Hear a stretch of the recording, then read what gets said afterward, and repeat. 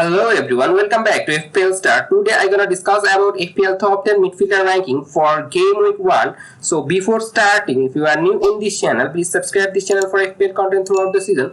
Now let's start.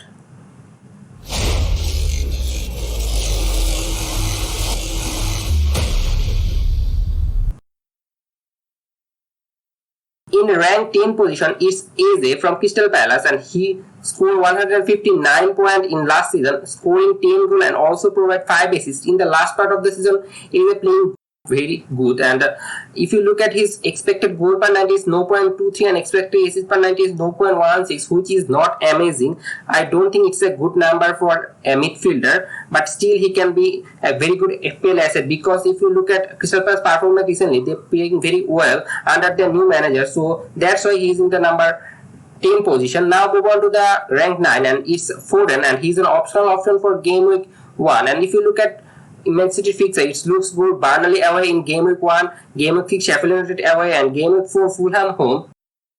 It's looked quite good fixture for Manchester City, and Foden also, when he plays and start for Manchester City, he's an amazing asset. He can score multiple return for you. And if you look at his point, in last season he got 142 points and scoring 11 goals and also provides 7 assists. His point per match is 4.4, which is higher than Eze, and also his expected goal and expected assist per 90 is higher than Eze. So that's why I think he's a better option than Eze, and his price is also one above than Eze. So he's in rank 9 position.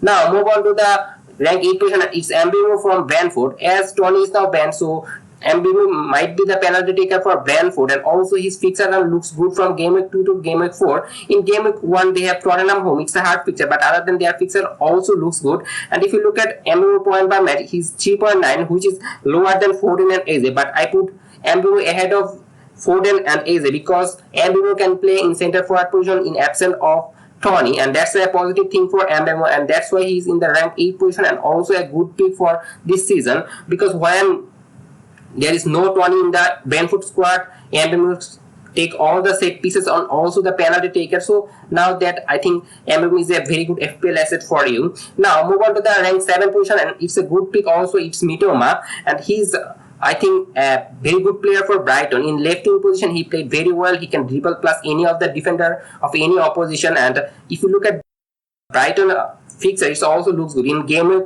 1 they have Luton, game week 2 Wolves, and game week 3 West Ham. It looks to be very good fixture for Brighton, and also can score multiple return. He's a very exciting player to watch, and if you look at his point, he is a 138 point in last season, scoring 7 goals and also provide 9 assists. He mostly played very well in the last part of the season, but at the beginning of the season before World Cup he was not that much profiling player, but I think now he can be a very good option for this season because he is now one of the sure starter for Brighton. And if you look at his point per match ratio is 4.2, which is higher than Mbemo, which is similar than Eze and also lower than Foden, but I think Mitoma is a good option for Brighton here. Now move on to the rank 6 position, and it's Bruno Fernandes, and I put Bruno Fernandes in the 6th position, and he's also a good pick because in game week 1 they have Wolves home and game week 3 they have Nottingham Forest home, and Bruno Fernandes is the penalty taker for Manchester United. He in last season scoring 176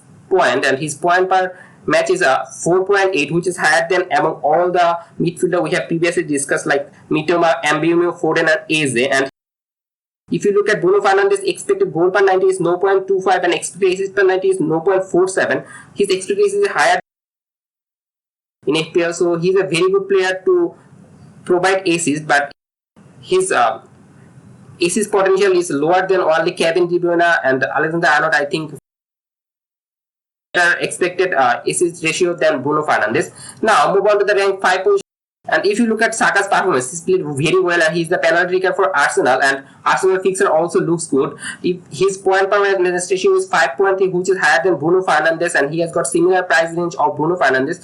Sometimes Bruno Fernandes playing in the deep position where Saka always playing in the right wing position, and he's a very exciting player to watch, and he's a sure starter for Arsenal, and that's why he is above in rank than Bruno Fernandes. And his expected goal per 90 is 0.32, which is higher than I think Bruno Fernandes. Bruno Fernandes has expected goal per 90 is 0.25. That means Saka's improving than I think Bruno Fernandes. And now move on to the rank 4 position, and it's Martinelli, and I prefer Martinelli over Saka because if you look at his point per match ratio is 5.5 and Saka has 5.3. We all know that Martinelli has some rotation leagues, but still his point per match is higher than Saka, so he's an amazing FPL asset. And if you look at his XA per 90 and XA per 90 is also better than Saka, and that means that he is better player than Saka in attacking sense, and his price is also lower than Saka, so he is in the 4th position. Now move on to the 3rd position player, and it's Odegaard from Arsenal. As I already said, Arsenal fixture looks good, and I prefer Odegaard over Saka and Martinelli because his point per match is 5.7 and also his expected goal is lower than Saka and Martinelli, but performance in attacking third is very good, and he is a clinical finisher than Saka and Martinelli, and that's why his data looks so good. And when Arsenal win the match, I think Odegaard a very creative player and he can create a lot of chance, and that's why he get the bonus point, and that's why his tally looks so good. Now move on to the rank 2 position, and it's Mohamed Salah. He's 12.5, and in last season he enjoyed an underwhelming season, but still his data looks good. He is scoring 19 goals and also provide 13 assists. His point per match ratio is 6.3, which is lower than Harry Kane, a premium option. His point per match was 6.9. So Salah is a good option, but still you can go without Salah because he's too expensive. Because if you sacrifice Salah, then you can go for another midfielder like 8.5 or 8, and you can fit 2 8.5 midfielder. It's a very nice strategy for you, and that's why you can ignore Salah. But still, that he's a very good option because his XG per 90 is 0.64 and XG per 90 is higher than all the midfielder we have discussed before. And in rank 1 position is Marcus Rashford.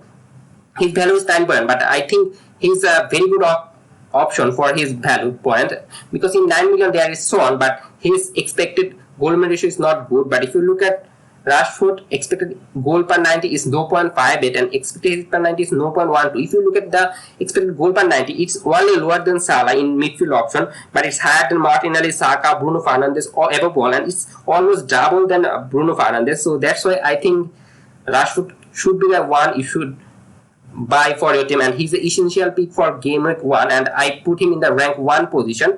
And that's all for today. If you enjoyed this video, please like this video, and if you are new in this channel, obviously subscribe this channel and don't forget to press the bell icon. Good luck for your team.